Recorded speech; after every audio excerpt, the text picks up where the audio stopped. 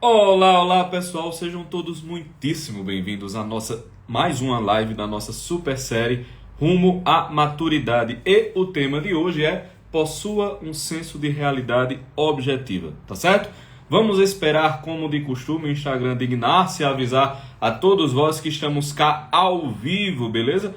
Neste meio tempo, eu vou pedir... Será que a Ana Raquel já está aí? Nossa indefectível Ana Raquel, a autoridade parda por trás aqui dos bastidores. Por trás dos bastidores não, né? Nos bastidores. Bastidor já é por trás, não precisava disso. Mas vamos ver se ela está aí.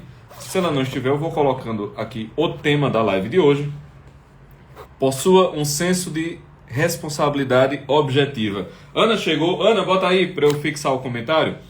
Enquanto a gente não fixa o comentário, vocês já sabem o que fazer, né? Mandem, espalhem essa live para o maior número de pessoas possível para vencer a má vontade do Instagram aqui conosco, tá certo? Doutor eu acho que é Desiqueira Vitor, né? Dizendo que está diretamente no plantão na UTI. Muito bem, meu caro. Muito bem. O personal Elton dizendo que o Instagram avisou. Olha aí que maravilha, né? Ao menos a tu, Elton. Ao menos a tu ele avisou. Pois bem, pessoal, vamos começar. Sem mais arrudeios, tá certo? Aproveitar o tempo. Olha só. Ontem nós demos início a essa super série de lives, como eu disse, baseando-nos aqui no índice deste livro, As 33 Marcas da Maturidade. Beleza? Para quem está chegando agora, só para deixar um pouquinho claro. O segundo tema, o segundo tópico do livro é exatamente o tema da nossa live de hoje. Possua um senso de realidade objetiva. Veja. O que é possuir um senso de realidade objetiva? É o seguinte: você viver conforme o mundo real é e não conforme o mundo deveria ser ou conforme o mundo lhe parece ser dentro da sua cabeça. Você diz, Pedro, mas isso é muito óbvio. É óbvio, mas a gente não consegue cumprir isso na nossa vida. Tá certo? Raras pessoas conseguem. E essas poucas pessoas que de fato conseguem são aquelas que nós tendemos a reconhecer como mais capazes, como mais corajosas, como mais sábias, como mais pacientes, como mais inteligentes, como mais santas. Todas essas características são próprias das pessoas que conseguem viver conforme uma realidade objetiva e não conforme uma realidade subjetiva, não conforme uma realidade criada da sua cabeça, tá certo? Vamos puxar a coisa para um nível mais profundo. Minha gente, não se enganem de modo algum. A grande tentação do espírito humano é a tentação de ser igual a Deus. Diz, mas Pedro, eu não tenho a mínima pretensão de ser igual a Deus. Tem, meu filho. É claro que tem. Eu e você temos.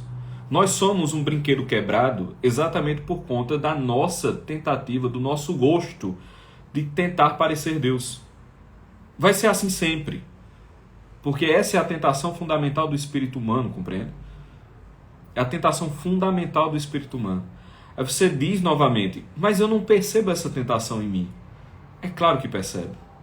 Sabe quando alguma coisa aconteceu e lhe desgostou, e lhe frustrou, algo que você tentava há anos e aquilo simplesmente naufragou, não deu certo, né? Algo que você vinha se esforçando o máximo e aquilo não deu certo. Ou então uma perda repentina, um luto que você está vivendo, desde os lutos mais variados, né? Desde o luto de um emprego perdido até o luto de um ente que foi brutalmente retirado, ou mesmo que morreu de causas naturais, mas mesmo assim causou aquele vazio, né? Aquele buraco. Veja, todas essas coisas que nos desgostam, que nos contrariam, a gente olha e diz assim, beleza, aconteceu. Aconteceu. Mas se eu fosse Deus, não teria acontecido. Se eu fosse Deus, a coisa não teria rolado desse jeito. A coisa teria tomado um outro rumo. Esse movimento da alma, esse movimento que todos nós temos, em vários níveis, em vários momentos, nada mais é do que o sussurro da serpente no ouvido, entendeu? Sereis como deuses. Não. Vocês, esse fruto vai abrir a inteligência, vocês serão como deuses. Essa é a doença fundamental do espírito humano. Todas as desgraças do mundo vêm disso, certo? A gente vai vencer isso um dia? Não sabemos. Mas nós sabemos que algumas etapas são necessárias para vencer isso em nível mais profundo. A primeira etapa, já considerando esse aspecto aqui mais espiritual e mais profundo, é o seguinte: é a gente deixar de odiar a criação. Diz, Pedro, eu não tenho ódio à criação. Tem, meu filho. Todo mundo tem. Veja, toda vez que a realidade nos é tediosa, nos é odiosa, não nos é desejável, o que está acontecendo nesse momento é um ódio à criação.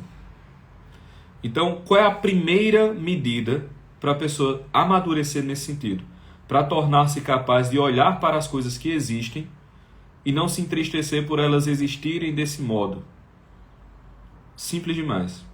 Você começa a aceitar que existe uma realidade para além de você e que não tem nada de errado em essa realidade existir sem pedir o seu palpite. Esse é o primeiro passo, entendeu? Veja, é você enraizar-se no mundo real sem odiá-lo.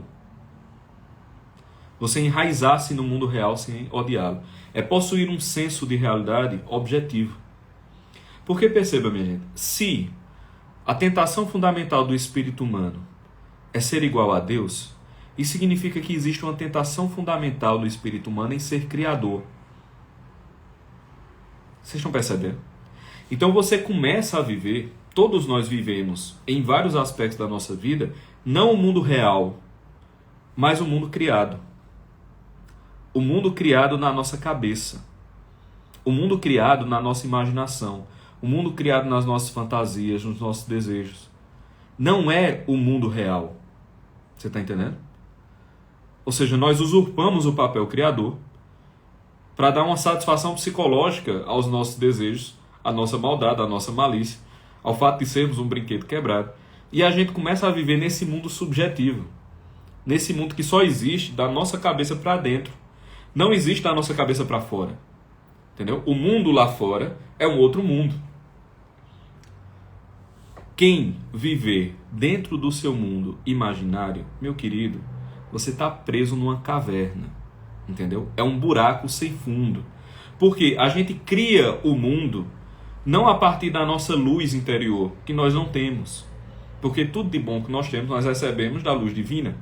E a luz divina já criou o mundo. Deus já criou o mundo, entendeu? Ele não precisa da gente recriando o que ele fez. Então, quando a gente recria esse mundo imaginário, a gente faz isso à imagem e semelhança da nossa própria escuridão interior. Entende? A imagem e semelhança da nossa própria escuridão interior. Então, o mundo que nós imaginamos e que a gente tende a fantasiar e viver nele, por mais que nos pareça agradável, sempre será pior do que o mundo criado real. E aí, o cara não sabe porque vive em grande tormento, em grande ansiedade, em grande sofrimento. Quando você vai cavar e olhar, o cara não vive no mundo real, bicho. Ele não está no mundo real. Ele está num mundo completamente fantasioso. O casamento dele não é o casamento real. Ele olha o casamento dele não como de fato é. Ele olha o casamento dele a partir de uma projeção imaginativa. O trabalho dele não é um trabalho real. É um trabalho que ele projeta imaginativamente o que deveria ser. E ele vive conforme a projeção. As amizades dele, a vida de estudo dele, a vida física dele, o jeito como ele trata a saúde, o jeito como ele trata a família, o jeito como... Tudo, quando você vai olhar, a vida do cara é uma fantasia de cima a baixo. De cima a baixo. O cara não tem nenhum senso de realidade objetiva. Nenhum. Tá entendendo? Estão perguntando qual é o tema de hoje. Eu terminei não fixando, né? Deixa eu fixar aqui. Camila Almeida colocou, vou fixar o comentário. Possui um senso de realidade objetiva. Tá certo? Possui um senso de realidade objetiva. Então o cara tem que botar os pés no chão. Tem gente, por exemplo, estamos aqui assistindo essas lives, né? Quer dizer, eu não estou assistindo não, estou fazendo, vocês estão assistindo. Aí tem gente que pega a informação que eu estou dando e diz assim: a partir de hoje, tudo na minha vida vai mudar, eu vou fazer tal e tal coisa, eu vou me levantar às 5 da manhã, né? 5 a.m. Club, vou me levantar às 5 da manhã, vou tomar banho gelado, vou fazer não sei o que, vou fazer não sei o que, vou cravar um horário, eu vou tratar minha mulher assim, eu vou tratar meu marido desse jeito, eu vou cozinhar dessa maneira. Quer dizer, o cara vai mudar a vida dele em um dia. Veja, esse indivíduo, ele não possui senso de realidade objetiva. Essa mudança que ele projetou não é uma mudança real. É uma mudança no mundo imaginário. É uma mudança dentro da fantasia. Assim, esse conjunto de possibilidades não existe na realidade. Só existe da cabeça dele para dentro. Não existe da cabeça dele para fora. Entendeu? Pessoal, eu estou educando meus filhos aqui. E meus filhos, porque eles leem os Lusíadas, porque eles conhecem as 10 classes gramaticais, porque eles entendem as declinações latinas, meus filhos não terão problemas morais, meus filhos não farão tal ou qual pergunta, não se comportarão de tal ou qual maneira. Esse mundo é fantasioso. Esse mundo é da cabeça para dentro, não é da cabeça para fora. Você está entendendo? Veja, nós estamos vivendo uma irrealidade. E a irrealidade sempre enfraquece. A irrealidade sempre enfraquece. Estava conversando com uma amiga, já que a gente tocou nesse ponto da educação, né? Estava conversando com uma amiga a respeito, por exemplo, das escolas. Que a maneira como as pessoas percebem a escola não é como a escola é de verdade. Você pega um colégio, aí você diz assim: o meu filho lá estará sendo bem educado. Mas, cara, você já parou para pensar o que é uma escola? Você já parou para pensar que, por exemplo, é a personalidade que educa, porque crianças aprendem quando ninguém está ensinando, elas aprendem por imitação e observação. Mas você não conhece os professores daquela escola. Você não conhece a vida dos caras, você não conhece como eles falam, você não conhece como eles se comportam. E aí a menino vai ficar 5, 6 horas por dia, durante 200 dias por ano, convivendo com aquele círculo de pessoas, mas não só. Tem a influência também dos coleguinhas, que você não conhece a personalidade dos colegas, você não conhece o que as famílias dos colegas ensinam, você não conhece como são os pais das outras crianças, você não conhece o conjunto de valores daquelas outras crianças. E aí você junta o seu filho, que está absorvendo tudo como esponja, numa sala com 30 crianças que você não sabe quem são os pais, não sabe quais são os hábitos, não sabe quem é a família, para ser ensinado por professores que não vai ter também como coordenar tudo aquilo, e eles próprios também não conhecem as crianças, os seus pais e as suas famílias. Me dê uma chance desse negócio dar certo. Tá entendendo? Então, a projeção do funcionamento hoje do sistema escolar não tem relação nenhuma com a realidade. É tudo ilusão, fantasia e projeção. E tá todo mundo vivendo a partir desse negócio. Leis são feitas a partir da projeção. Tá entendendo? Políticas públicas são montadas a partir da ilusão. Cara, é claro que um mundo desse é loucura. É claro que um mundo desse é fonte de neurose. Entendeu? Não dá para viver assim, minha gente. Vamos pegar, por exemplo, a questão da oração, né? A questão da vida espiritual. Cara, se você não tem um senso de realidade objetiva do seu tamanho diante de Deus, fica muito difícil o cara ter uma vida espiritual. Eu sei que nós somos brinquedos quebrados, eu sei que a gente quer ser Deus a todo custo, mas assim, a gente tem que ter consciência que não é.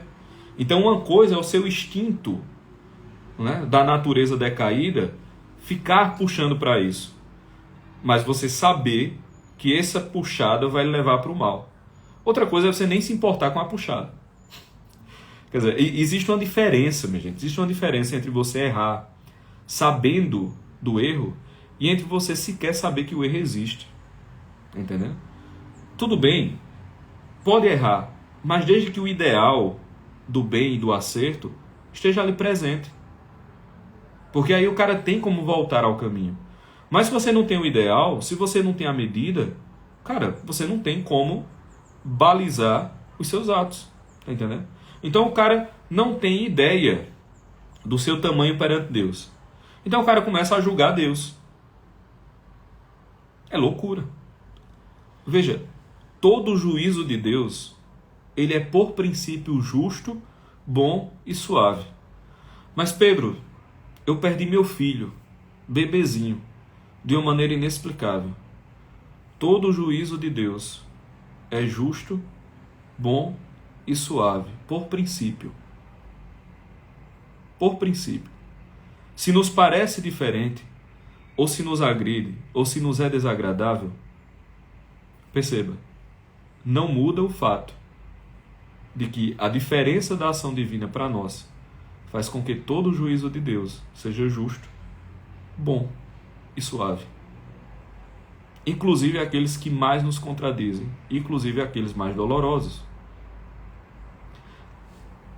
Isso, minha gente, é ter um senso de realidade objetiva. Está entendendo? É perceber as coisas tais quais as coisas são. Ninguém resolve a vida a partir da fantasia. Você só resolve a vida a partir da realidade. Vamos fazer um exercício agora, eu e você. Tá certo?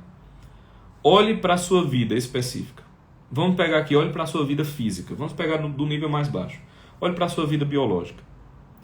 Não é o que os outros gostariam que você dissesse, não é o discurso politicamente correto do momento, é eu e você agora, tá certo? Você acha que você está vivendo com seu corpo a partir de um senso de realidade objetiva ou de uma fantasia? Não precisa tanto, não. Dá para levar assim do jeito que tá. Não, eu estou muito bem, eu estou muito bem, eu estou maravilhoso, eu estou muito satisfeito comigo. Eu estou muito satisfeito comigo. Quando eu fico nua no espelho, eu acho, olha que mulher maravilhosa. Né?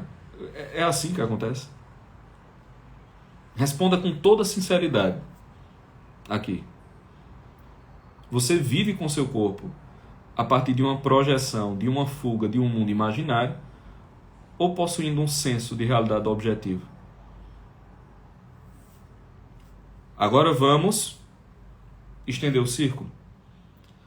As suas relações familiares, de trabalho, de amizade, você as vive a partir de uma fantasia ou a partir de uma realidade objetiva?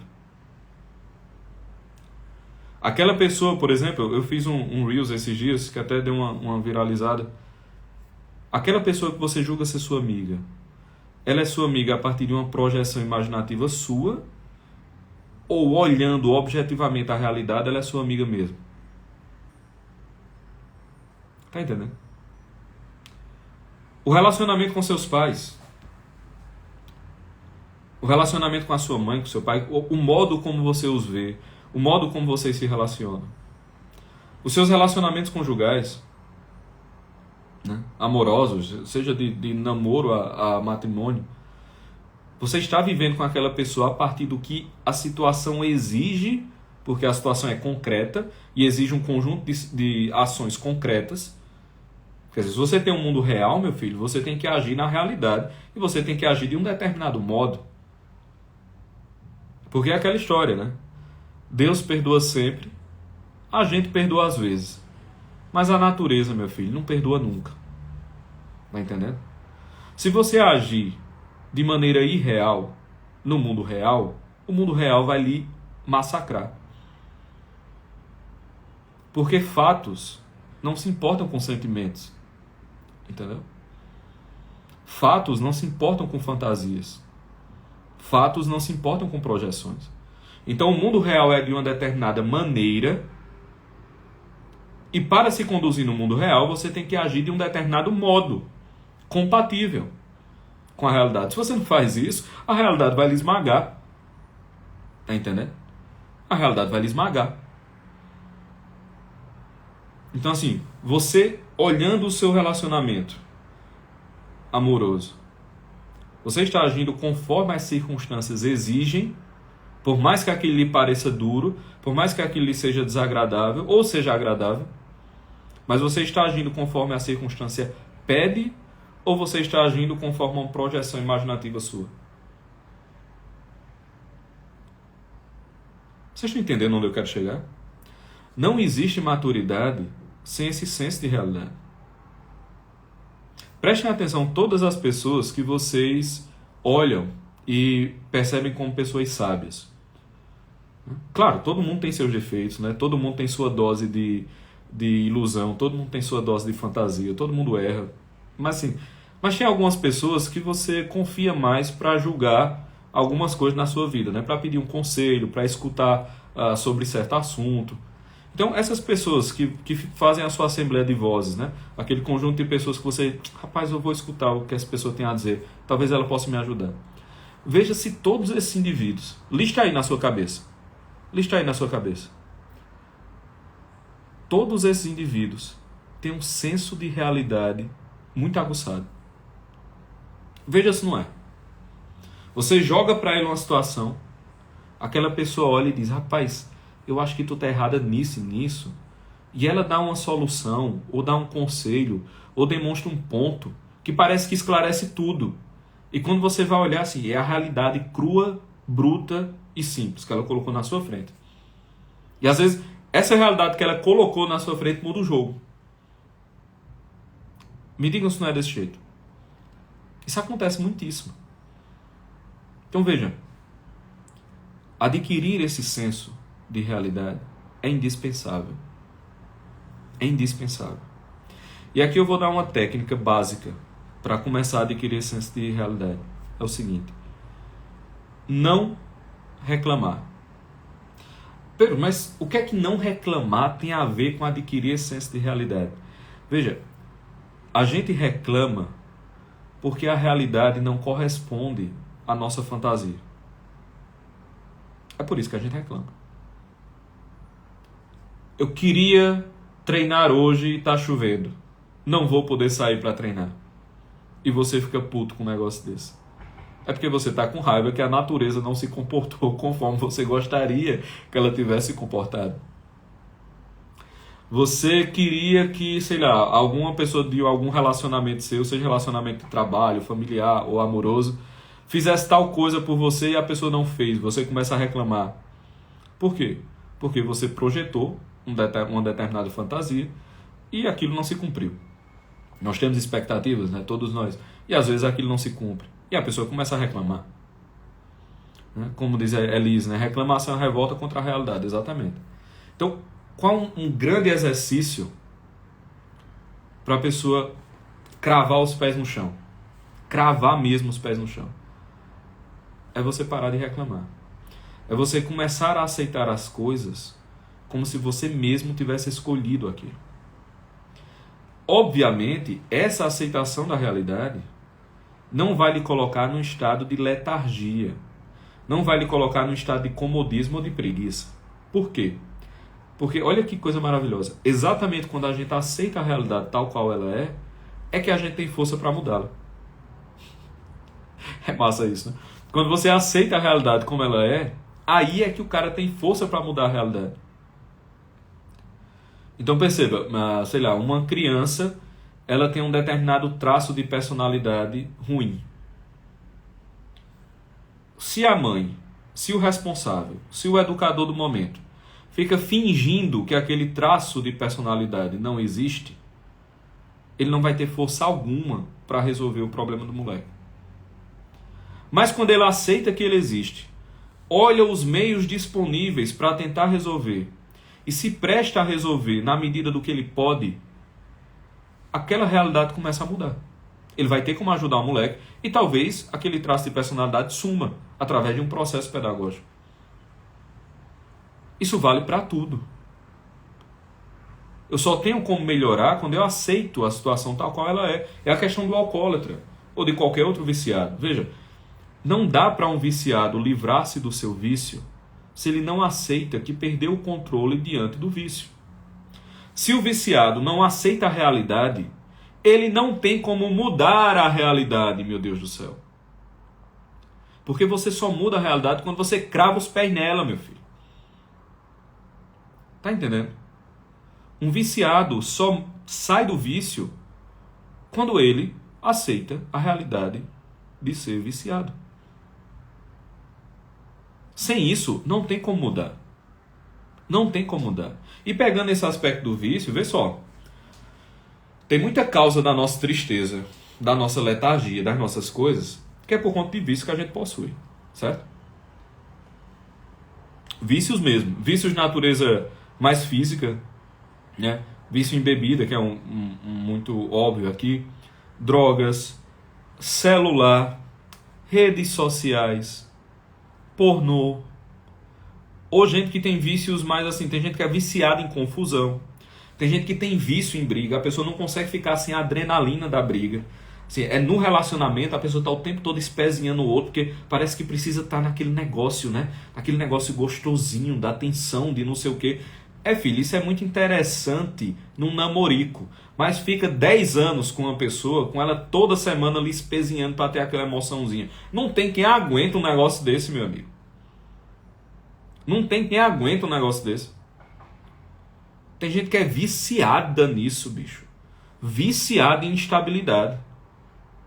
Viciada, a pessoa não consegue ficar num ambiente estável. Se ela estiver num ambiente estável, ela começa a se agoniar.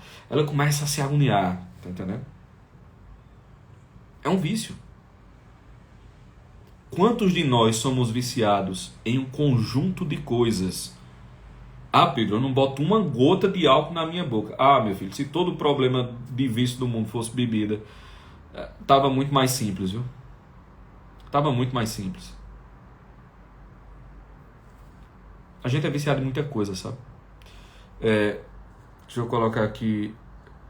Alguém pergunta, o que seria o vício em bebida? Bebida nos finais de semana? Olha, uma medida para você notar seu vício, em qualquer coisa que seja, é o seguinte. Faça a pergunta fundamental. Eu tenho controle de começar e parar a hora que eu quiser? Ou uma vez que eu começo, a coisa que me dá prazer é que tem controle sobre mim? É muito simples. Então, vamos pegar a bebida, se você consegue não beber, se você consegue parar a hora que você quer, se você consegue ficar tempos e tempos sem fazer isso, ou você consegue fazer com parcimônia, ou seja, se você não é controlado por aquilo, então você não tem um problema com bebida. Mas Pedro, eu bebo só no final de semana. A minha pergunta é, no final de semana, se tu quiser parar, tu consegue? Não consigo. Então você tem um problema com bebida mesmo bebendo só no final de semana. Isso vale para tudo.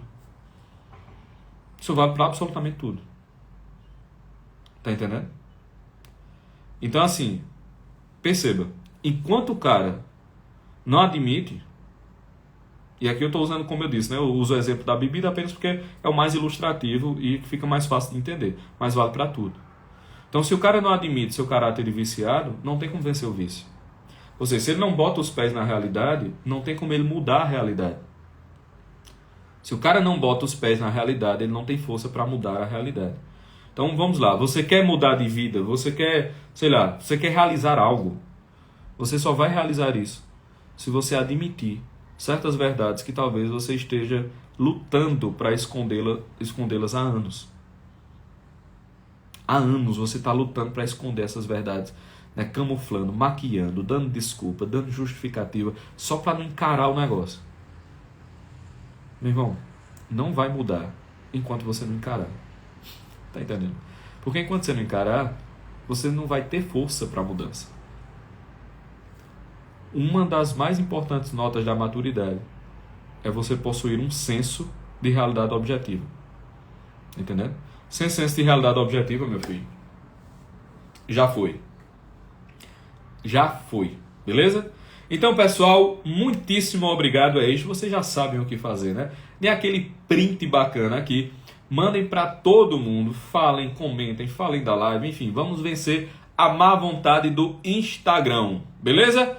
Então, é isso. Eu vou dar aquele sorriso maroto pro print. Vocês, por gentileza, aproveitem, tá certo? E a gente segue. Então, 3, 2, 1, printou. Vamos lá?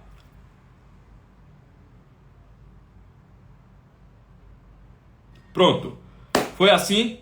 Um cheiro grande para todos vós. Fiquem com Deus e até amanhã, às 12h15. Beleza? Valeu, abração, até mais.